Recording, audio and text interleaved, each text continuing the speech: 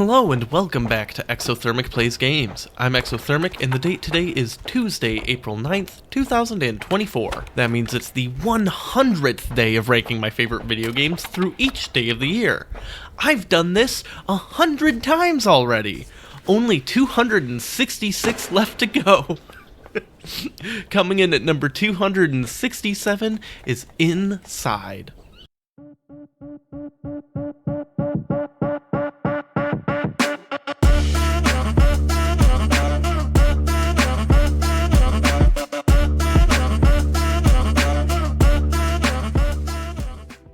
Inside is the follow-up to Limbo, which I already covered on my channel as my 298th favorite game, taking the slow, thinky puzzle gameplay and turning everything up a bit. One of the most welcome improvements is a more connected sense of what's going on with the story.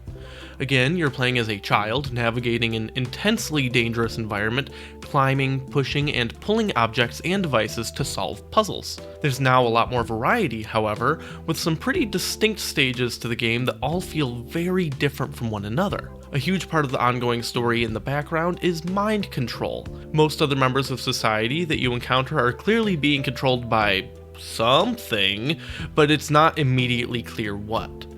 At one point, you have to fall in line with them and even pretend to be controlled. This was one of my favorite segments of the game, as a peak in tension while under the watchful eye of some kind of robot as well as human staff.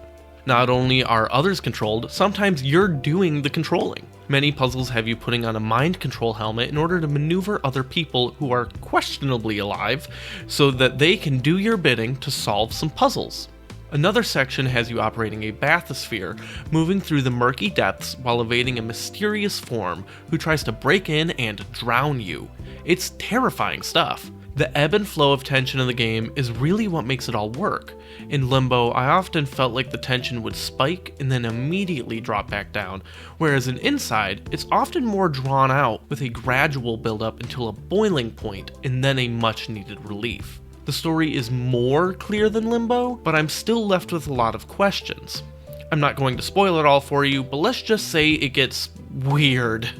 There's even story on top of the story. Throughout the game, there are hidden rooms with these little devices. Activate them all, and then put a code into a secret door, and you find something that may change how you viewed the whole game.